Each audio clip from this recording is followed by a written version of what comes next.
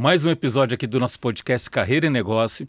E hoje a gente vai passar aqui por duas trajetórias sensacionais. A primeira é uma pessoa que surfou toda a onda da internet lá atrás, quando teve o boom da internet. E depois a virada de chave para mergulhar fundo no mundo dos conselhos. Hoje é um conselheiro profissional. Germán Quiroga, cara, muito obrigado por estar com você aqui. É um grande prazer, cara. Prazer é todo meu, eu já sou seu fã há muito tempo, seu amigo lá de trás, e estou à disposição. Obrigado pelo convite. Muito bom. Então eu queria começar perguntando, e aí você pode contar um pouco do histórico, mas você foi pioneiro aqui no Brasil. Eu me lembro que quando saiu na revista o CIO do ano e tudo mais, você montou um dos primeiros negócios digitais. Isso era 2000, final da década de 90, início de 2000. Eu queria saber como que você se preparou tecnicamente e também emocionalmente para surfar essa onda da internet lá atrás. Perfeito.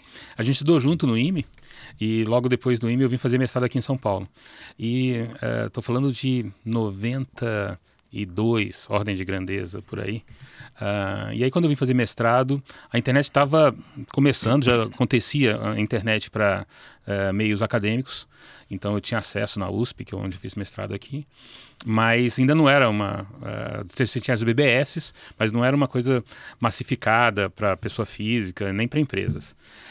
Mas aí, entendendo um pouco as possibilidades, eu falei, putz, aqui tem uma oportunidade interessante. Aí, em paralelo ao mestrado, e dado que eu tinha essa facilidade de acesso lá na USP, eu comecei a pesquisar um pouco mais e vi que estava surgindo uma onda das empresas aproveitarem o uso da internet.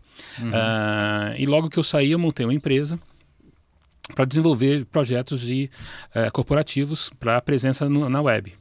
Para você ter uma ideia, nessa época a gente tinha que vender para os CTOs, os diretores de tecnologia das empresas, porque o presidente, o diretor de marketing, a maioria dos funcionários não sabia o que era internet. Conhecia o IBS, que era uma coisa que já existia assim para massificado, mas não internet. E quando você fala presença na internet, é um site, né? É um site, exatamente. E a gente, até porque não tinham, eu participei da possibilidade de fazer os primeiros sites corporativos do Brasil. Então a gente fez o primeiro site da Antártica, da Volkswagen, do Banco do Brasil, da Parmalat e de outros aí. E só para você, então, o que eu estou falando é o seguinte, antes da gente ter colocado o site no ar, você digitava www.bancodobrasil.com.br, não acontecia nada. A mesma coisa para Volkswagen, Parmalat, Antártica e todas essas outras, Sadia e mais uma... Então era relativamente fácil, porque você não tinha nem concorrência para poder entrar. O único detalhe é que também isso não era massificado, então as empresas tinham dificuldade de entender, mas para que serve isso? A gente explicava lá fora, as pessoas já estão começando a acessar para tirar dúvidas, para saber informações sobre a empresa. Então você tem desenvolver um site com diversos conteúdos, a parte para investidores, a parte para clientes e por aí vai. E a gente começou a fazer esses sites, foi uma fase muito interessante, muito romântica da internet. E nesse processo eu acabei desenvolvendo o site do Pão de Açúcar. Uma dos clientes que a gente conseguiu mapear e fechar foi o Pão de Açúcar, que tinha diversas marcas na época, e isso me deu a oportunidade de ir para a linha do e-commerce. Eu não sei se você quer que eu já continue ou se quer fazer Eu queria saber como é que você se preparou tecnicamente e emocionalmente também. Sendo super sincero, a tecnologia no início da internet era muito simples. Você tinha que fazer uma página em HTTPS, as imagens eram em GIF animado, para você ter uma ideia, então eram imagens que você ficava regulando entre uma e outra, e era muito simples. Mas já era um pouco diferente do que você tinha nas universidades. A maioria do uso de internet nas universidades era texto. Então você mandava para um pesquisador alguma demanda, alguma pergunta, ele depois de alguns dias, 2 dias, 3 dias, respondia para você, raro as que respondiam no dia, mas você já interagia com pesquisadores pelo mundo. Mas estava começando a surgir as primeiras páginas. Então, se você olha as primeiras páginas da própria Amazon, que é mais ou menos dessa época, 94 mais ou menos, as páginas eram muito simples. Então você tinha cabeçalhos em texto, com o menuzinho que você tinha, então saber sobre a empresa, saber sobre um contato para tirar uma dúvida, para reclamar de um produto, de um serviço, mas era muito muito texto com poucas imagens, mas já tinha algumas imagens. E a gente pegou essa onda. Então você pega... o GeoCities, né? É tipo GeoCities, exatamente. Tem um site no ar, inclusive, que tenta ter um histórico da internet no início, e é bem legal porque você visita essas páginas e era como era lá no início. Só que a gente foi aprimorando e ao ganhar a confiança da empresa por ter feito um bom trabalho para realmente abrir essas frentes, relação com investidores, relações com clientes, relações com o mercado e outros, você ia aprimorando. Então, daqui a pouco a gente, acho que em torno de 90, estou falando 94, mas 94, se não me engano, foi o e-commerce do Pão de Açúcar que a gente fez. Então, a gente já, naquela época, por exemplo, a taxa de transmissão pela internet era muito baixa. Então, você tinha que botar num CD-ROM a maioria do conteúdo que você precisasse para alguma aplicação mais complexa, e você só trafegava na internet o nome do cliente, os dados do cartão, preços, o fechamento do pedido, esse tipo de coisa. Mas a maioria das fotos dos produtos, não sei o que, vinha encartado no CD-ROM. Então a gente fez muito projeto onde você tinha no CD-ROM o supermercado do Pão de Açúcar, de todos os outros que a gente fez para eles, mas também um catálogo de um carro. Então as imagens ficavam localmente para você evitar essa transmissão de um conteúdo mais pesado. Você tinha algumas imagens muito simples que trafegava, mas a maioria estavam localmente. Aí a gente foi pegando essa onda de, a banda foi aumentando, a internet foi se massificando. E a gente foi continuando com essas empresas. A gente ficou, acho que uns 6 anos sem perder nenhum cliente, só ganhava clientes. Então foi uma fase muito boa e romântica da internet. No início quase ninguém tinha, depois a população foi aumentando, começou a ter premiação para os melhores sites. As empresas já entendiam para que servia, você podia falar com isso com um diretor de marketing, um presidente da empresa, e o negócio foi crescendo. Então esse foi o início. E aí... para entrar de fato, né, no comércio eletrônico, foi Americanas, né? O primeiro case foi o Pão de Açúcar Delivery. Então, eu estou falando de 94, esse eu me lembro a data perfeitamente. Vinha encartado num CD-ROM e a gente trafegava pela internet dados como preço, disponibilidade, o fechamento da compra. Então, esse foi o primeiro. Por causa desse projeto, estava sendo montada a primeira equipe para Americanas.com. Na época existiam 3, 4 e-commerce no Brasil. Pontofrio.com, o Submarino, que na realidade estava comprando uma empresa, a Booknet, e o Pão de Açúcar. Então eram poucas empresas que já tinham algum tipo de comércio eletrônico. Mas me mapearam para comércio eletrônico e eu fui convidado para ser CIO da Americanas.com logo no startup. Então foi uma experiência que surgiu por causa desses primeiros sites. A gente fez também um site de venda de carros para Volkswagen, com um amigo meu até hoje chamado Kakinoff.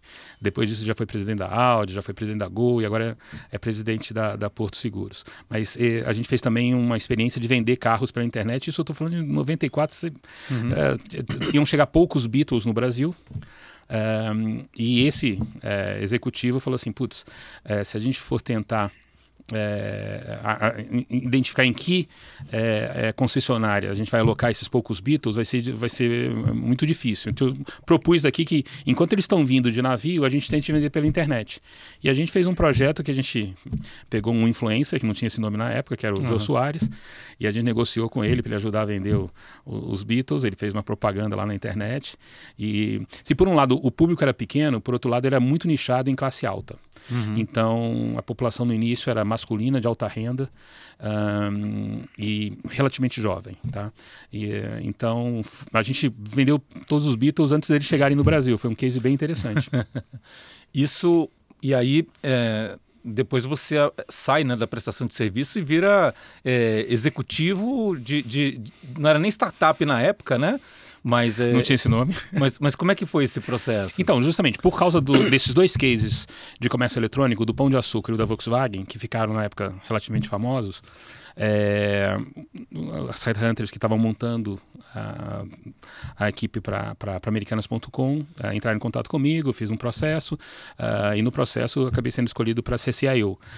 Eu tive uma sorte também que na época eles não conseguiram identificar um CMO, um diretor de marketing com perfil de internet, com alguma experiência, eu acabei assumindo também o marketing. Então foi muito legal que durante um bom tempo, alguns anos, eu pude tocar a tecnologia e marketing da Americanas.com que estava nascendo. Então, foi uma experiência incrível, de uma fase muito romântica. Os clientes, quando davam algum problema, eles torciam por você. Então, em vez de reclamar, eles falavam, aqui deu um problema, mas eu acho que foi por causa disso. Talvez você fazendo isso aqui, você conserte. Então, foi uma fase muito legal. E quais foram as decisões mais ousadas, assim, que definiram o sucesso Boa pergunta. Na verdade, como eu te falei, a gente tinha poucos benchmarks no Brasil, como o Pontofrio.com, por exemplo, e o Submarino, que estava nascendo depois de comprar a Booknet. Tinham outros menores ainda, mas esses dois os mais relevantes. E eles tinham algumas abordagens que a gente viu que a gente podia tentar fazer diferente. Então, por exemplo, o pedido era feito em batch, ou seja, na hora que você fazia o pedido, ele não te confirmava na hora, ele era submetido depois a uma aprovação, submetido depois a uma conferência se existia ou não o estoque. Então, o estoque que você via online não era real time. E a gente falou, já que ele está construindo do zero, e a gente na época, foi uma época muito boa, também por outro lado, foi pré-bolha, então a gente tinha acesso a muito capital.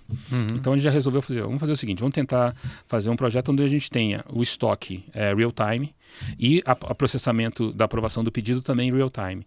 Então esses foram dois diferenciais que ajudaram muito a rapidamente a gente virar, que era uma meta, ser o maior e melhor naquela época. Então depois a gente teve diversos concorrentes, a história continua, mas eram poucos concorrentes e que tinham esse gap aí num primeiro momento. Logo depois o Submarino também virou estoque real time, pagamento real time, não me lembro agora o Pontofrio, porque a gente eu tive também, depois de idas e vindas, acabei assumindo o site do Pontofrio. Acho que a gente, quando assumiu, também já era tudo real time. E eu me lembro que, a gente estudou junto na faculdade, aí um dia eu vou na banca de jornal, tá a foto do Quiroga lá, CIO do ano, né? O que significou, o que significou para você, né, esse momento? Não, sendo super sincero, o tema era muito apaixonante. Então estava nascendo a internet no mundo.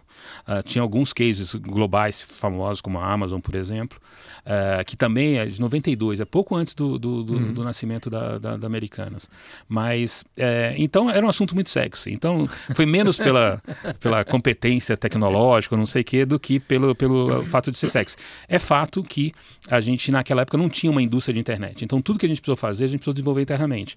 Então, você não tinha um RP preparado para e-commerce, não tinha um WMS, que é um sistema de gestão e sistema de gestão de estoque preparado para a internet, o sistema de pagamento também não eram preparados. Então, a gente fez muita coisa legal, inovadora na época. Não tinha servidor na nuvem, né? Não tinha servidor na nuvem. As empresas não estavam preparadas para fornecer imagens e dados de produtos da forma que o e-commerce consome. Hoje você tem intermediários que já fazem isso, mas a própria indústria já está estruturada para fotos de diversos ângulos dos produtos. A gente teve que abrir estúdio, máquina fotográfica, a gente tinha um mini exércitozinho só para produzir o cadastro de produtos, fotos, textos, conteúdos, desde as partes mais especificações técnicas, como também algum conteúdo que tentasse dar algum charme e desejo do cliente comprar o produto. Então, de novo, uma fase super romântica, foi muito legal. Eu acho que eu dei sorte por ter vindo fazer mestrado aqui numa fase que a internet estava nascendo e ter mapeado que tinha uma oportunidade corporativa para isso acabou me levando naturalmente para o e-commerce. E você pegou assim, a internet nascendo e foi até o que a gente chama aqui do boom da internet. Para quem tem menos de 30 anos, os sites todos colapsaram, sei lá, 2002, 2001, por aí. Né? Como é que foi como é que foi você que estava no meio desse furacão? Conta um pouco desse processo. Ótima pergunta também. Então, em 99, o assunto .com, era assim que era chamado na época, era um assunto super sexy. Estavam nascendo as primeiras .coms do mundo, então todo mundo queria largar o emprego e abrir uma .com ou ir para uma .com. E eu participei então dessa fase super sexy da internet. Mas em 2001, ordem de grandeza, final de 2000, início de 2000, teve a bolha da internet. Na realidade foi durante o ano 2000, não foi nem 2000. Teve a bolha, estourou a bolha da internet. O que isso quer dizer? A maioria dos fundos de investimento estava bancando e acelerando todos os projetos de internet, falando, pô, isso aqui tem um risco enorme de não dar certo. O pessoal ficou preocupado. Será que os planos de negócios vão se concretizar? Será que a velocidade de crescimento, tanto de usuários, como de receita, como de rentabilidade, vão se concretizar? Então, de uma fase que você era pedir dinheiro e conseguir dinheiro, você passou para uma fase que .com era um assunto meio vedado.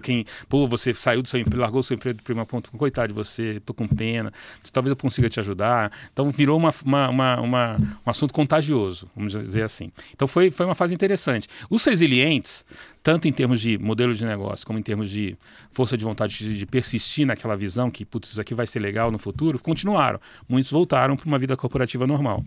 E passaram 2 anos assim, os negócios começaram a acontecer conforme previsto, os principais, os mais bem estruturados, e voltou de novo para a moda o assunto internet, está até hoje. Hoje você tem outros assuntos que foram dominantes depois, a mobilidade, agora a inteligência artificial, por exemplo, mas a internet teve esse caso, passou por um momento de altíssimo crescimento. Mas logo depois, com a bolha da internet, isso virou um assunto perigoso. Os fundos secaram. No nosso caso, por exemplo, a gente, nessa primeira fase, a meta era melhor e maior a qualquer preço. Então a gente tinha funding, praticamente qualquer funding que a gente precisava, a gente tinha. Quando estourou a bolha, foi ao contrário. Os postos de gasolina secaram. O que você tem no tanque, quando você tem no tanque, por sinal, a gente tinha captado $40 milhões e ainda tínhamos 20. Tínhamos gastado 20 milhões em 1 ano. Ele falou, bom, só que o nosso break-even estava previsto para 5 anos. Então, os fundos que estavam com a gente falaram o seguinte, o que tem no tanque é o que você vai ter para chegar no break-even. Então a gente tem que reformular toda a empresa, fechar diversos negócios que a gente tinha aberto. A gente tinha aberto um site para mulher, um site para criança, um site de filmes, feito um acordo de representar o IMDb, que era o maior site de vídeos do mundo aqui no Brasil. Não dá, dá para fazer. Vamos tentar fazer o e-commerce break-even. E conseguimos. Veio um executivo de lojas americanas que tinha bastante experiência em situações mais desafiadoras do varejo e nos ajudou a fazer esse break-even. E é interessante como a história repete, né? Se você pegar startups aqui há 1 ano atrás, 1 ano e meio atrás, também secou, aí busca rentabilidade, e a startup que não faz sentido, você começa não sobrevive. Eu me lembro, naquela época eu estava em consultoria estratégica, então eu recebi oferta de um site, que acho que era Elefante Rosa, uma coisa assim, o que o site fazia? Ele te lembrava de algum compromisso. Você fala, mas não tem calendário? Mas é isso. Teve algumas ondas, né? A pior foi essa bolha da internet, foi muito marcado, mas recentemente no Brasil estava também capital disponível com muita facilidade. BPs no papel conseguiam captar com certa facilidade, e faz alguns anos a gente estava no processo contrário. O dinheiro secou, quem conseguiu algum dinheiro tem que se virar com o dinheiro que conseguiu, porque hoje ainda tem a capacidade de levantar algum fundo, mas um custo muito grande em termos de equity. Ou, se for pior ainda, se você precisar de dinheiro de banco, aí quase inviabiliza. Mas o moral da história, quem passou por isso lá atrás já sabe, peraí, nem tanto ao céu, nem tanto ao mar. Não vai ser aquele explosão que todo mundo achava tão radical, mas, por outro lado, está longe de ser o problema que todo mundo está imaginando nesse momento. Então, persiste, adequa o plano, se reestrutura e sobrevive, que daqui a pouco o vento só para favor de novo. Dá uma limpada, dá uma podada, os bons sobrevivem, os bons negócios sobrevivem e depois florescem. Exatamente. Né? E aí, depois você deu uma guinada, né? De empreendedor no mundo digital, você vira conselheiro, né? Como é que foi essa virada? Né? E foi intencional, não foi? Perfeito. Ótima pergunta também. Foi interessante porque foi o seguinte, na verdade, só para completar um passinho antes dessa ida para conselhos, depois da Americanas, eu passei um tempo que eu estava com não competing numa empresa chamada Cirela, ajudei ela a fazer a IPO, e logo depois eu voltei para o e-commerce, que é uma paixão, e pude comandar como CEO o PontoFrio.com. A gente fez um acordo com o Ponto Frio, fez um spin-off da empresa, montou a PontoFrio.com, e tudo isso era para ajudar o Ponto Frio a ser vendido. Acabou acontecendo, ele foi vendido para o Grupo Pão de Açúcar. Foi bom que eu reencontrei amigos que estavam lá, como a Ana Diniz, a Abílio Diniz, que estavam lá na primeiro site que a gente fez para eles, e a gente teve a oportunidade, mesmo sendo uma empresa adquirida pelo Pão de Açúcar, acabar sendo a equipe escolhida para gerir o mix dos sites que resultariam dessa fusão do Pão de Açúcar com o Ponto Frio, o Ponto Frio sendo adquirido pelo Pão de Açúcar. Então a gente montou a Nova.com, que tinha debaixo dela, num primeiro momento, o Essa.com e o pãodeaçucar.com, que eram no Pão de Açúcar, mais o pontofrio.com. Passou um tempinho, eles fizeram um deal também com o Casas Bahia, a gente assumiu a casasbahia.com. E tudo isso deu origem à Nova.com, que a gente acelerou muito, chegou a ser segunda, perdia só para Americanas na época, não tinha ainda Mercado Livre, eu estava começando o Mercado Livre. Na realidade ele começou junto com Americanas, mas ainda estava menor que Americanas e deu para a gente ser o segundo nessa época. Depois o Mercado Livre disparou, já é o maior e-commerce do Brasil. Mas o que aconteceu? Essa empresa tinha uma possibilidade de fazer um IPO, principalmente juntando com ativos que o grupo Casino tinham na França. A gente fez essa junção. Eles tinham lá um site chamado Cdiscount. Então a gente juntou os dois, criou a Sinova e essa Sinova fez o IPO. Quando a gente fez o IPO, eu tinha que cumprir um prazo lá para poder, que você fica vinculado para não vender ações nem sair da empresa. Passou esse prazo. Eu saí. E aí, quando eu saí, eu tinha algumas opções. Pô, vou voltar para a vida executiva ou vou para conselhos, tá? Na verdade, tinha uma coisa que influenciou muito, porque na época que eu estava saindo do Pão de Açúcar, que tinha acabado essa fase de lock-up, que é o termo de você ter que ficar na empresa para ganhar mais stock option e outras coisas, tinha uma guerra muito grande entre o Abílio e o Jean Charles do Casino. E a gente estava no meio desse fogo cruzado, sendo que eu sempre fui time Abílio, porque conheci ele lá de trás, sou fã dele o resto da vida, hoje está falecido, mas foi um cara que me inspirou e me ajudou muito a empresa e desbravou diversos desafios do e-commerce, acreditando no canal digital. Então, eu fiquei no meio dessa guerra, como eu tomei partido assim que o Casino pôde, a gente teve que acertar as contas. E aí, nesse momento que eu saí do Grupo Pão de Açúcar, tinha alguns poucos convites para a vida executiva, mas eu falei, sabe do que mais? Eu acho que vou mudar o perfil de atuação. Eu já tinha, durante o finalzinho da Nova.com, sido conselheiro da TOTUS e da Centauro. Já tinha passado por essa experiência, estava nessa experiência, e falei, não, vou montar uma carteira de conselhos e, em paralelo, já que eu monetizei com o IPO, vou investir em alguns negócios pequenos, startups, não sei o que, com amigos, que é para a gente fazer a coisa acontecer. E é isso que eu estou vivendo até hoje. Então, estou em alguns conselhos e algumas startups. Hoje você está em quantos conselhos? Hoje eu estou em 7 conselhos. Você pode falar quais são? Posso.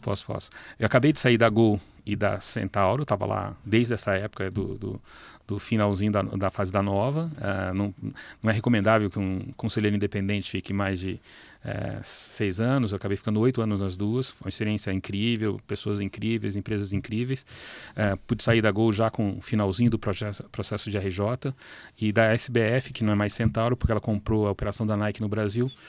E hoje ela tem uma holding chamada SBF em cima, então saí recentemente. Mas hoje eu estou na Cobasi, estou na Calunga.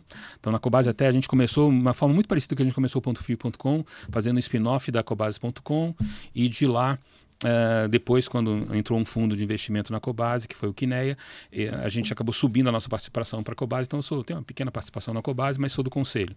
Tem a Calunga, que está se preparando para um IPO, uma empresa incrível também. Estou numa empresa do Chile chamada Falabella, uma empresa bem legal que está em alguns países. Estou numa empresa da Argentina chamada Frávega. Estou numa empresa brasileira chamada Quality, que é uma empresa de tecnologia.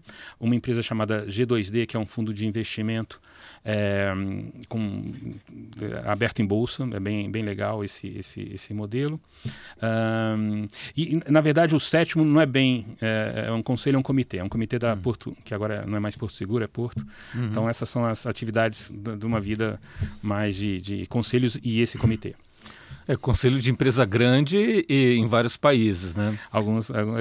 Eu tenho uma facilidade com o espanhol por causa da origem dos meus pais, do meu pai em particular, e acabei vendo que ali tinha uma oportunidade legal e, em particular, essas duas empresas são empresas apaixonantes aí que estão indo bem. E você comentou que saiu recentemente da Gol e da Centauro e você até falou, olha, tem uma hora que já está tanto tempo que você acaba ficando comprometido com as decisões passadas e tudo, perde um pouco talvez da independência, né? Quando é que foi o momento que você percebeu, falou, olha, eu acho que está na hora de trocar e entrar uma outra pessoa aqui com uma visão mais fresca aqui? Vamos lá. Para ser super sincero, não é uma norma Mas é uma boa prática, vamos dizer assim, que os conselheiros independentes, que na maioria dessas empresas eu sou conselheiro independente, não fiquem muito tempo numa empresa, até para que ele não perca esse caráter de independência, tá? Porque ele acaba criando laços de amizade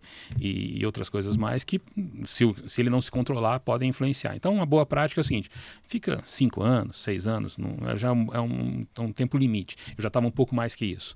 No caso da Gol, eu já ia sair um pouco antes, como teve a RJ, eu falei, eu combinei com os controladores, vamos esperar o RJ a sair. Não é bem o RJ, é o Chapter 11 nos Estados Unidos, mas é quase equivalente. E a gente está saindo desse processo agora, é público, e aí então esse abril é um mês clássico de troca de conselho de companhia de capital aberto, a gente resolveu sair. Mas não teve um momento assim de percepção de que ia complicar. Eu faço parte de alguns movimentos, por exemplo, o PDEC, que é Programa de Diversidade em Conselho, onde você acaba formando conselheiros, no caso aí, conselheiras. E acaba que você vendo o conteúdo, não é uma boa prática, não sei o quê, daqui a pouco você fala, está na hora da empresa renovar. No caso da Gol, tinha essa questão inclusive uma movimentação societária importante com a Avianca, que criaram uma holding em cima e podem ter novos movimentos. E no caso da SBF também ia ter movimentos, já aconteceram alguns movimentos societários lá, de aumento de participação de sócios, não sei o que, estava num bom momento da empresa reciclar e de eu não ficar tanto tempo assim numa empresa. Então, com muito pesar por um lado, mas é um ciclo que se encerrou. Por outro lado, acabei de entrar na Porto, não como conselheiro, como membro de um comitê, mas é uma empresa que também é apaixonante, com uma visão de futuro excelente, vai ser divertido. E você falou que você começou lá atrás com a TOTVS, que tem mais de uma década, né, de experiência como conselheiro. Se você voltasse quando você começou com a TOTVS lá atrás, que conselho você daria para o Quiroga lá atrás, dado tudo que você aprendeu até esse momento? Ótima pergunta de novo. Enquanto eu penso nela um pouquinho, vou só falar uma coisa, que fica um conselho aqui para os executivos em geral, de, se puderem, tentar compatibilizar a vida executiva na empresa que ele trabalha com alguma experiência em comitê e em conselho, porque pode ser uma boa alternativa para um segundo estágio de carreira. Então, acho que esse é um ponto. O conselho... Não sei. Um conselho que eu dou para as minhas mentorandas nesse PDEC, existe num primeiro momento uma ansiedade muito grande de como se comportar num conselho, e ao longo do tempo, depois de vários anos, então é mais ou menos isso mesmo, uma década de vida de conselheiro, você vai vendo que alguns assuntos já devem chegar no conselho com uma forma tratados ou estudados de uma forma mais profunda. Então, eu falo, o mais rápido possível, monte ou ajude a empresa a montar alguns comitês que vão ficar encarregados de determinados assuntos. Tá? Isso já é tradicional, por exemplo, para a parte financeira. Então, você tem comitê de auditoria, você tem comitê financeiro, isso é muito comum. Agora, nem todas as empresas de capital aberto têm.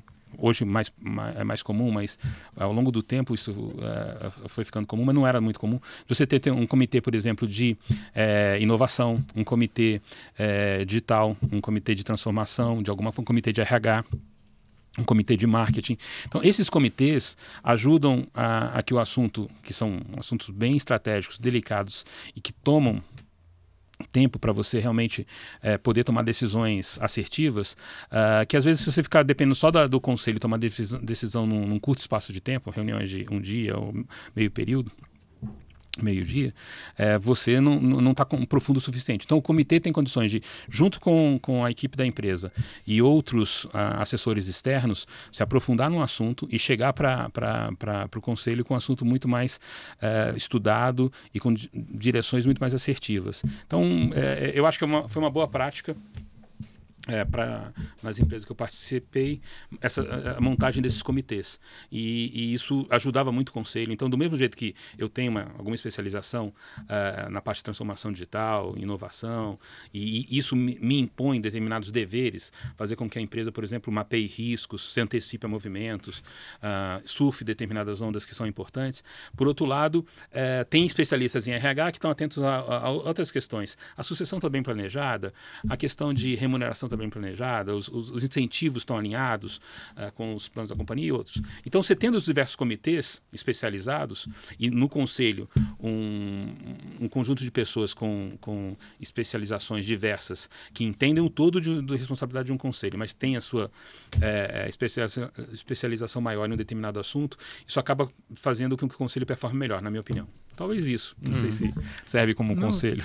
Não, perfeito. Não, acho que é muito bom, né? Então, ter essas comissões, acho que ajuda bastante. Na indústria financeira é muito comum ter uma comissão de risco porque o tema é bastante relevante e às vezes você precisa depurar para chegar mais redondo no conselho, né? Exato. E assim, como é que você viu a evolução? Tá mais profissional? É um mercado que cresceu, não cresceu? Como é que você vê esse mercado de conselhos no Brasil? De conselhos está mais profissional. Então, a resposta, num primeiro momento, você tinha uma pouca disponibilidade de conselheiros que tinham a experiência e a formação para realmente cumprir esse papel. Então, tinha muito uma questão de familiares, pessoas que já tinham tido uma história na companhia, mas que não tinham alguma... não tinham experiência, vou colocar dessa forma, para justamente saber todas as responsabilidades que um conselheiro de companhia aberta, independente, tem que ter. Então, você tem diversas obrigações. Ficar sempre... preservando os interesses dos minoritários, entender e responsabilidades com decisões da companhia para garantir que os investidores, por exemplo, tenham um bom retorno dos investimentos. Então, no início era uma coisa menos profissional. Ao longo do tempo, os conteúdos surgiram diversos cursos, IBGC1, St. Patrick's, outros. Tem algumas escolas para conselheiros que ajudam o conselheiro a ter um embasamento técnico melhor para se preparar para esse papel. Também teve outro movimento importante, esse movimento está em curso até agora, que é um movimento de diversidade em conselho. Hoje, a diversidade para mulheres já é uma realidade. A maioria das empresas de capital aberto tem pelo menos uma mulher em conselho, tentando chegar a 30% das mulheres em conselho, é uma meta global aí para a diversidade.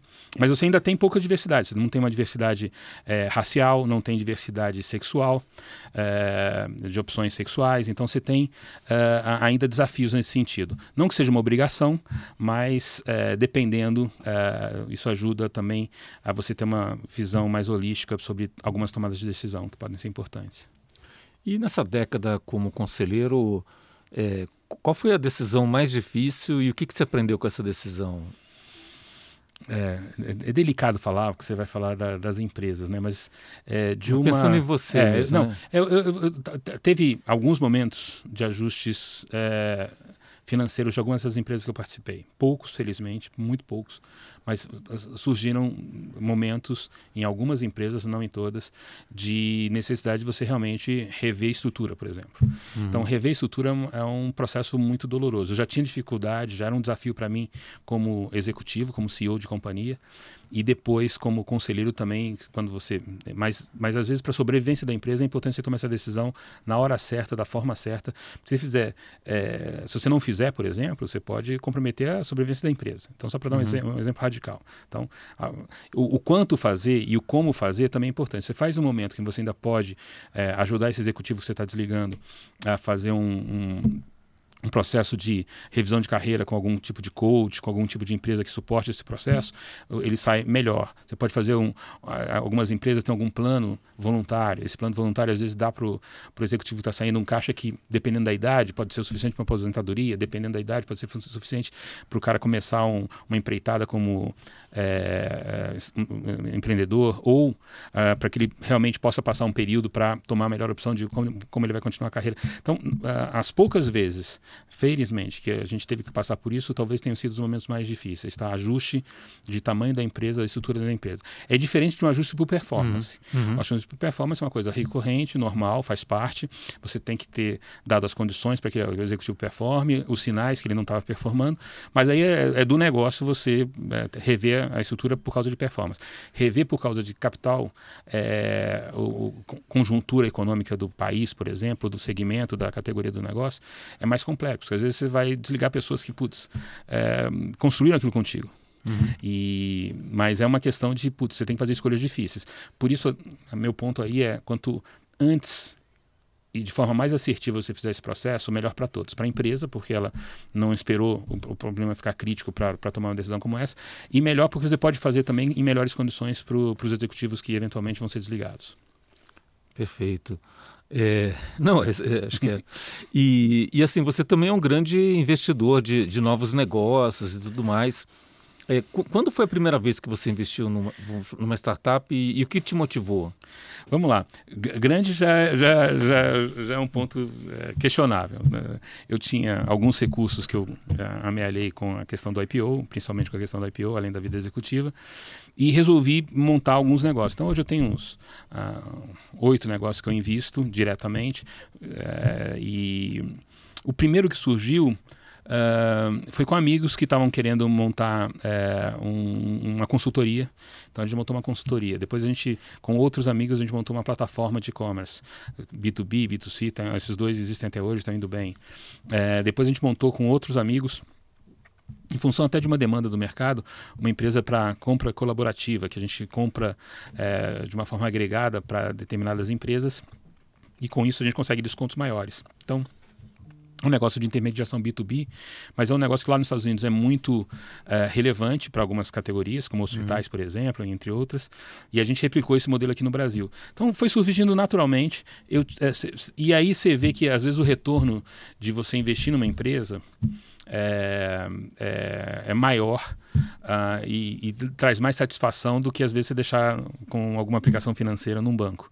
Então isso eu tenho parte, até por conselhos dos meus advisors financeiros, é uma parte menor das minhas economias, mas é uma parte que é relevante, que eu prefiro investir dessa forma. Então tem a questão de você ter maior retorno, mas até mais do que isso, você trabalhar com pessoas que você gosta e poder criar coisas. Então é muito legal isso. Mas eu estou entendendo que o teu perfil de investidora não é o cara que vai pegar uma startup que está no meio do caminho e vai investir, pode até ser isso, mas você gosta de investir do zero, né? Da ideia. Você pegou muito bem.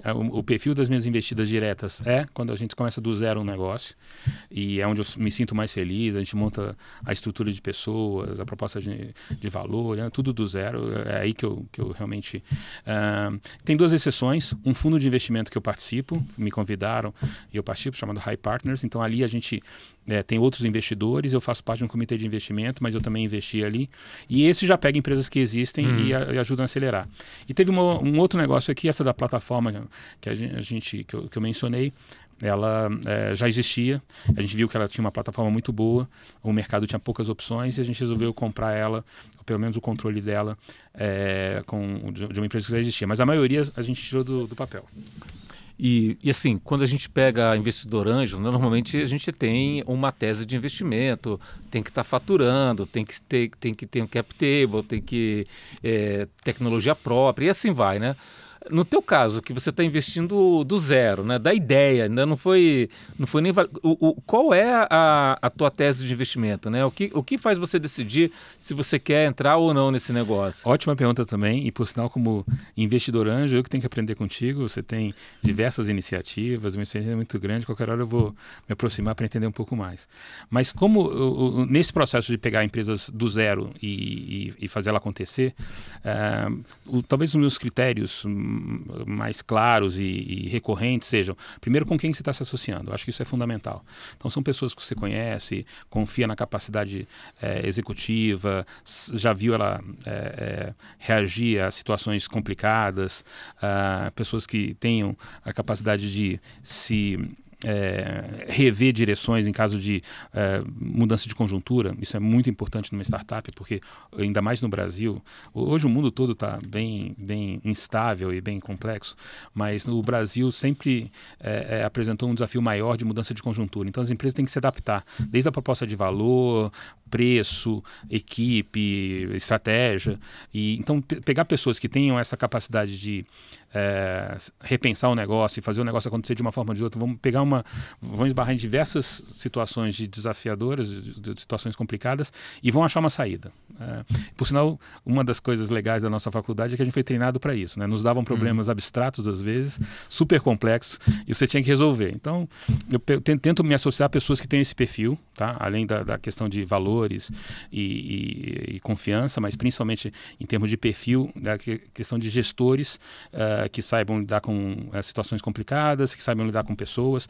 Esse é o meu primeiro e mais importante critério. O segundo é entender o negócio. Pô, o que a gente está querendo? Tem um diferencial? Eu vou ser mais um. Às vezes você pode ser mais um quando tem pouquíssimos. A gente foi mais um e-commerce quando tinha 2 ou 3. Agora, se você for fazer um negócio com pouquíssimo diferencial é um negócio mais complexo de sobreviver. Você pode ser só pela qualidade, só pelo preço, mas é mais complexo. Quando você está realmente inovando de alguma forma, por exemplo, esse modelo de compra colaborativa é muito raro no Brasil. Praticamente não existe. E para alguns segmentos realmente não existe. Então você trazer um modelo disruptivo que possa trazer economia para os seus clientes, então que seja bom que de alguma forma resolva uma necessidade de mercado e que você tenha poucos competidores, em geral é uma boa abordagem. Então, primeiro, pessoas com quem você vai se associar, e o segundo, o desafio de negócio, a oportunidade de negócio. E você tem algum time assim para a saída dos investimentos? Como é que você pensa nisso? A verdade é que esses que eu investi do zero, as empresas estão crescendo, estão ganhando valor, então eu tô tranquilo com elas. Nas que eu tomo a decisão de investimento por conta de fundos, então esse fundo, por exemplo, é um fundo High Partners, ele tem um compromisso com os investidores de até quando ele vai alocar capital e a partir de quando ele vai começar a desinvestir e fazer e dar retorno financeiro para os investidores. Então, nesse caso, tem planos. Então, em geral, 7 anos, com alguma margem para mais ou para menos, uma oportunidade de alguém querendo comprar num retorno muito bom, você já vende antes. Uma situação de conjuntura de mercado, você espera, não vai liquidar uma empresa só porque está no prazo. É bom para todo mundo, para os investidores ter um melhor retorno se você esperar um pouquinho. Então você tem uma negociação. Mas dos nossos negócios, que eu tenho com meus sócios, não tenho um prazo pré-definido. Enquanto o negócio estiver legal para todo mundo, legal para o cliente, crescendo, esse é o tempo que eu pretendo permanecer nas companhias. E você comentou no início que é isso que você gosta de fazer, começar do zero, né? E fala, poxa, eu também não tenho planos para exit. O que dessa jornada de sair assim da folha do papel, né, até gerar um negócio rentável, o que te brilha os olhos? O que te apetece mais esse processo? Você teve essa experiência de acompanhar startups, né? A energia que você cria entre as pessoas é mágico. Então, as primeiras startups que eu participei, a primeirinha eu tinha montado uma empresa ao longo do meu mestrado, mas depois disso, a maioria das empresas que eu participei no início da minha carreira, eu era um executivo participando de uma startup. Tinha equity, não sei o quê, tinha stock option, mas era um executivo. Mas mesmo nessas, a energia criada era muito grande. Na Americanas a gente ficava noites no início, a gente tinha um prazo que a gente tinha determinado. A gente começou a empresa em 9/9/99, sem nenhuma facilidade de mercado como soluções para e-commerce, soluções para não sei o quê. E a gente resolveu, o presidente na época, o primeiro presidente, resolveu que a gente ia naquele Natal botar a operação no ar. Então a gente tinha pouquíssimo tempo para botar a operação no ar. E para fazer esse desafio, para concretizar esse desafio, a gente acabou virando diversas noites. Então, mas por outro lado, com uma energia que é raro você ver. A maioria mesmo na vida executiva que eu tive em outras empresas, você tem teu horário de trabalho, às vezes chega um pouquinho, chega um pouco mais cedo, mas é ali. No resto você tá com uma missão, não quer saber de horário, não quer saber de... Você está realmente focado. Então essa energia é muito legal. Tem diversos desafios, ainda mais quando você está criando um negócio. Então, apresentar aquele modelo, a gente passou por isso na internet, mas, por exemplo, esse modelo de compra colaborativa é um modelo que não existia muito no Brasil. E a gente teve que apresentar. Então, tem um desafio comercial, depois tem um desafio de plataforma tecnológica, tem diversos desafios aí que são empolgantes. Então, acho que vem daí. Tá, e assim, nesses exemplos que você passou, né? Você deu vários casos aqui onde você conseguiu fazer uma leitura bastante precisa dos cenários, né, que se tornaram ocorreram de fato, né? Pensando agora introspectivamente, assim, o que que você acha, o que hábito que você tem, que você entende que te ajuda a ter essa visão estratégica dos cenários? Vamos lá. Primeiro que, assim, no macro a gente acertou. No micro, tem diversas vezes que está apostando numa direção e ao longo do tempo, isso aqui não vai dar certo, vamos corrigir. Então, no macro, entender que o digital ia ser revolucionário, que o e-commerce ia ser revolucionário, que a internet ia ser revolucionária, que a mobilidade ia ser revolucionária. Agora, por exemplo, que a IA vai ser transformadora. Então, isso você está acertando no macro. Agora, como você vai fazer essa coisa acontecer? Como é que você vai monetizar? Como é que você vai vender? Qual é o approach? O quanto você... Isso são... Aí você tem diversos modelos que você vai ajustando ao longo do caminho, tá? Mas o como, eu acho que um ponto que é muito importante, e você até como escritor de livros tem esse hábito, estar sempre muito bem informado e ler muito. Eu acho que você tem muito a aprender com muita gente que passou por desafios e pode te ajudar a repensar situações. Então, me lembro de conceitos básicos que eu adquiri, primeiro com ex-chefes, pessoas que trabalharam comigo, funcionários também, que eu fui aprendendo com eles. Mas em diversos livros, você vai entendendo uma hipótese, uma abordagem, algumas até que num primeiro momento chocam. Me lembro, por exemplo, a primeira vez que eu li um livro do cara da GE, e que ele falava da necessidade de você ter demitir 20% da tua equipe todos os anos. Eu falava, como assim, pô? Não vou fazer isso. Não tinha nem estômago para isso. E ao longo do tempo, só que a primeira vez que eu li isso, eu larguei o livro. Aí depois eu falei, não, esse cara é bom, deixa eu ver o que ele quis dizer com isso, por que ele faz isso.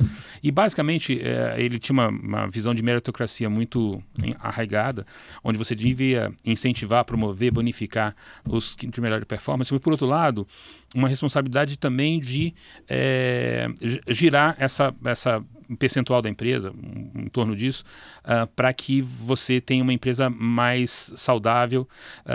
E uma coisa interessante é que ele mostrava no livro que mesmo para as pessoas que iam ser demitidas, isso era benéfico, porque elas não ficavam acomodadas.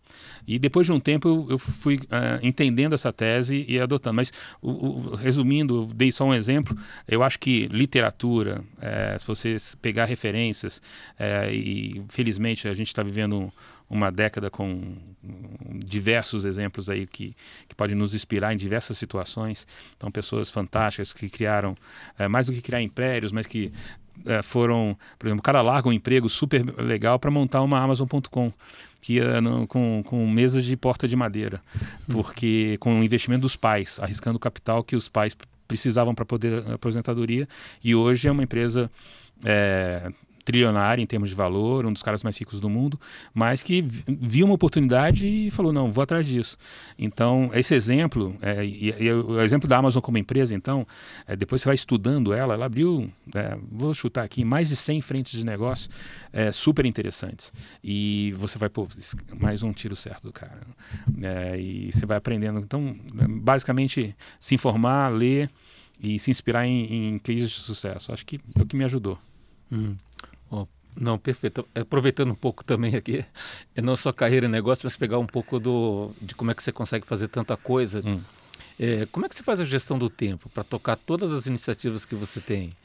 Assim, só é possível eu estar em alguns conselhos e nessas investidas simultaneamente, porque hoje eu não sou mais executivo de nada.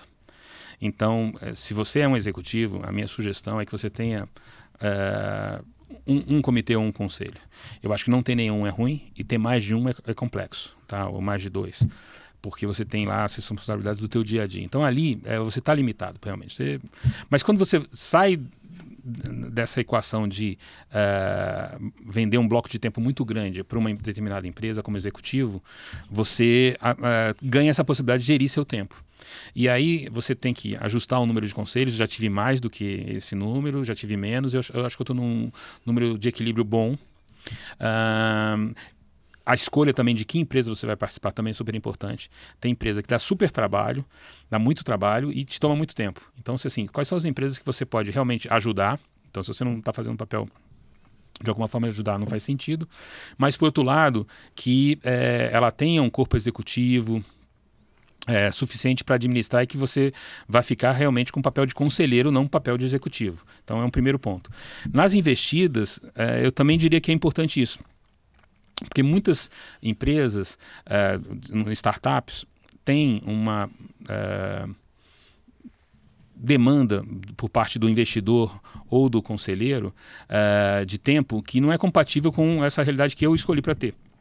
Então, tem que casar o teu portfólio de investidas com empresas que o executivo vai tocar aquela companhia, o CEO tem maturidade, capacidade e que você vai fazer um acompanhamento como se fosse mais um conselho. Então, se você tiver essa conjuntura, empresas bem estruturadas, que você escolheu e que gosta de trabalhar, e do outro lado também, bem as investidas, também empresas que são lideradas por pessoas que têm a capacidade de tocar aquilo sozinho e realmente precisam de você mais como conselheiro e não como um executivo, nos dois casos, eu acho que você consegue compatibilizar. Então, a minha sugestão é essa. Se você quiser ter um portfólio maior em termos de número de alternativas, você pode ter outra opção. Mas se você quiser ter um portfólio maior, você tem que ter essa conjuntura de empresas que não demandem você como executivo, e sim como conselheiro. E onde que você vê que você agrega mais valor no conselho, né? Assim... Perfeito. Teve isso foi mudando ao longo do tempo, mas num primeiro momento, nos primeiros anos de conselho, eu era o conselheiro mais jovem e com maior experiência em tecnologia. Na maioria das empresas, tira TOTOS, que é uma exceção, que é uma empresa de tecnologia, mas sem ser TOTOS, a maioria das empresas usam tecnologia, ou já usavam tecnologia, mas não tinham um domínio muito grande. Então, tinha uma visão mais de ferramenta de suporte aos negócios. E quando você entra numa empresa que está nesse estágio e você mostra que a tecnologia ela pode melhorar o negócio de uma forma muito mais radical, inclusive ela pode ajudar ela a se transformar com novos modelos de negócio, mas por outro lado também pode eliminar o risco dela deixar de existir. Muitas empresas não deram atenção suficiente à questão de tecnologia, inovação, transformação digital no tempo certo e deixaram de existir porque não se transformaram, não acompanharam. Então fica naquela situação tranquila de o negócio está indo bem e não faz os movimentos necessários para, por exemplo, agora se preparar com a inteligência artificial. Inteligência artificial assim como internet, mobilidade, no passado, é uma força muito radical de transformação que a gente está ocorrendo. Teve outras, barateamento da tecnologia, nuvem que você citou e outras, mas a inteligência artificial vai fazer com que as empresas que usem melhor essa ferramenta possam, de alguma forma, disruptar segmentos e arriscar a sobrevivência dos players que estão mais estabelecidos e na liderança daquele segmento, porque elas souberam usar melhor. Por outro lado, se você é um player líder, a Cobase é líder, a Centauro que eu citei é líder, a Gol fica disputando lá 1/3 de mercado com as outras duas brasileiras e por aí vai, você tem que estar atento, eu estou numa situação de liderança, mas o que pode vir comprometendo essa situação? Por exemplo, cross-border em varejo. Muitas das minhas empresas são de varejo. Qual é a ameaça que vem do cross-border e quais são as oportunidades que vêm com o cross-border? Então, os pool plays que cada vez estão ganhando mais força, como é que eles impactam o meu negócio? Como é que eu me preparo para conviver com eles? Não é nem uma questão de ganhar, é conviver porque são players que estão estabelecidos e vão continuar aí no mercado. Então, como é que eu convivo com esses caras de uma forma sustentável, lucrativa, eficiente e por aí vai. Então, o papel talvez que eu mais tenha ajudado é ajudar empresas a surfar as ondas de transformação digital que surgiram e, por outro lado, tentarem se prevenir contra as ameaças que podem surgir se você não entender elas e usar elas de forma adequada. Aí fazendo um paralelo, né? A gente falou no começo, quando você montou lá Americanas.com, era tudo mato alto, foi pioneiro nesse processo e surfou a onda quase que sozinho, né? Agora, no conselho de uma Cobase, de uma grande empresa, Gol, o processo de você levar uma transformação como, por exemplo, GenAI, que todo mundo tem certeza que vai revolucionar. Como é que você faz isso lá de cima, numa corporação tão grande, e aí que dica que você dá para quem tá? Ótima pergunta. Eu diria que uma combinação de dois fatores. Primeiro, você ter mapeado e trabalhado na capacitação dos teus companheiros de conselho. Então, você tem que entender em que estágio eles estão em termos de entendimento das possibilidades do mundo digital e trabalhar para que eles evoluam nesse sentido. E, em paralelo, aquela questão do comitê é um negócio que, na prática, é o que ajuda a fazer a coisa acontecer. Porque você ficar só no conselho lá tomando... Pô, como é que você faz com que isso aconteça dentro da empresa? Um comitê, em geral, no comitê de transformação digital ou no comitê de e-commerce, a minha demanda é que a gente tenha todo o C-level uma vez por mês. E você tem assento no comitê também? Não, com certeza. Eu lidero esse comitê. Assim como tem a pessoa que lidera o comitê de RH, a pessoa que lidera determinado comitê fiscal e por aí vai, em geral, um membro do conselho. Nesses casos, eu lidero. Em quase todas as empresas que eu trabalhei, a gente conseguiu ter todo o C-level dentro da companhia, para que deixar de que e-commerce, por exemplo, seja um problema do cara do e-commerce da empresa. Não, o digital é um desafio de toda a empresa. Então, o C-level tem que estar comprometido nas necessidades financeiras, logísticas, de marketing comercial e tecnológicas daquele desafio. Então, você alinhando com todo mundo de uma forma periódica e se aprofundando nos assuntos, você consegue evoluir. E aí o que a gente faz é o seguinte, esse comitê vai designar gerentes em geral para um determinado tema que seja, a gente vai selecionar 10, 12 temas, não dá para ver mais que isso, onde esse comitê vai tratar, vai se aprofundar, e para cada um deles em geral você tem uma equipe, mas você tem um gerente tocando esse assunto, com KPIs, com indicadores, com metas. Num princípio é um estudo, então você não tem tudo isso ainda, as metas definidas, ele vai prospectar o assunto, mas num determinado momento você acaba gerando metas de acompanhamento daqueles negócios. Então, por exemplo, Omnichannel, por exemplo, a questão de eficiência, de NPS de empresa, e você vai designando, escolhendo as suas guerras. M&A, quero fazer um M&A, então quem que vai ser o cara que vai tocar isso? Lógico, tem às vezes consultores para isso, outras coisas, mas dentro da empresa, quem é que vai estar mapeando? Quero fazer um ecossistema, nesse ecossistema eu vou ter diversos desafios. Quem vai ser o cara que vai gerenciar o processo de mapear os possíveis alvos para a gente montar aquele ecossistema, ou a decisão de compra ou desenvolve? Então, resumindo, um misto de preparar o conselho para isso e, por outro lado, montar comitês que possam estar tocando o assunto de forma profunda. Um exemplo legal, só para, desculpa, não sei se o tempo aqui está tranquilo ou não, mas, por exemplo, eu tenho ido para a China ao longo dos últimos 10 anos, aí só pulei na pandemia. E numa determinada ida foi o Fred Trajano do Magazine Luiza. E que me conste, e eu tive isso de alguns conselheiros que foram no ano seguinte, ele chegando no Brasil falou o seguinte, eu vou ter muita dificuldade de conseguir transmitir para vocês o que eu vi lá, em termos de omnicanalidade, em termos de ecossistema e outras coisas. Então, estou convidando vocês, mas é um convite enfático, para que todos vocês, ano que vem, participem da mesma missão que eu fiz para a China, que vocês vivenciem essa experiência, o que está acontecendo lá, porque aquilo lá pode nos inspirar. E depois dessa primeira ida dele, depois da ida do conselho, quando estava todo o conselho lá, a Luísa Helena, uma série de outros membros, ficou mais fácil deles falar, não, isso aqui é importante para a empresa, e disso surgiu um reposicionamento da Magalu que fez com que o valuation dela explodisse em determinado momento. Então, é uma pegada digital, né? Exatamente. Que ela não tinha, né? Praticamente todo varejo não tinha. Tinha as especialistas .coms, mas o varejo físico, comprar a tese da omnicanalidade com o ecossistema foi uma coisa muito transformadora. No Brasil, lá fora existia, e ele pôde trazer isso de uma forma disruptiva. Mas atua naquele negócio assim, preparar o conselho. Então, fatalmente ele já defendia as teses, mas nada como você foi lá e imersão dos caras nessa realidade. Então, assim, acho que traduzindo, a gente está falando aqui de patrocínio, um canal claro que pode ser via os comitês e os executivos envolvidos no comitê. Perfeito. E criar uma cultura, né? Exatamente. Você pegou muito bem. Eu realmente não citei a palavra cultura, mas esse desafio de você estar com todo o C-level vai aculturando todos eles. Exatamente. Bem mapeado. O Queiroga, a gente está chegando no final, cara, e eu não sei mais que livro que eu já te dei ou não. Não, eu mapeei para você não gastar mais. Então esse aqui eu estou lendo, por sinal, Máquina de Emagrecer, eu preciso. Você me deu a última versão.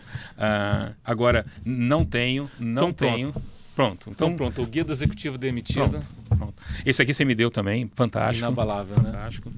E essa é uma leitura que eu recomendo, porque é uma leitura que flui muito. Porque são cases, né? Então, pessoas, né, na verdade, falando sobre a experiência. Eu vou agradecer. esse aqui foi meu ponto de virada, né? Eu era vice-presidente da Accenture e fui demitido. Não, então, Cortaram. E se reinventou de forma brilhante. Eu sou teu fã em vários aspectos, em todos, mas você realmente superou e melhor. Eu diria que você hoje está melhor do que antes.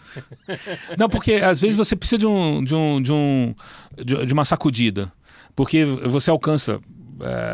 Várias vezes isso acontece, uma posição de muito sucesso numa determinada empresa, num determinado momento, e às vezes essa sacudida faz você se rever até numa dúvida, o seu emagrecimento foi depois da saída ou antes? Depois. Tá vendo?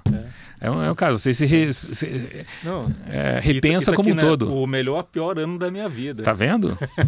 Não, obrigado, esse eu não li, vou ler. Todos que eu li eu adorei. Então, parabéns aí. Parabéns por essa vida eu sei que você ajuda diversas startups, por um lado, de anjo. Você tem essa vivência com podcaster, influencer, tem a questão de escritor, é consultor em algumas situações também. Então, acho que essa diversidade é o que eu estou vivendo hoje por outras razões, mas é muito rico em termos de energia. Então, acho que você isso te faz muito feliz. Acho que uma coisa legal também, você tem um filho já bastante, já praticamente adulto, e acho que você está nesse momento, com diversos desafios, com a energia que você está, acaba inspirando os filhos e sendo um exemplo para os filhos. Então, acho uma coisa muito legal também. Quando lançou o livro Como Nasce uma Startup, vários amigos compraram o livro, né, do meu filho. Amigos do meu filho compraram o livro. Que legal, tá vendo? Você inspirando uma nova geração. Que legal. Então, parabéns, obrigado pelo convite novo. Acho que a gente está encerrando, né? Estamos encerrando. Então, foi um prazer. E quem quiser te encontrar, como é que faz?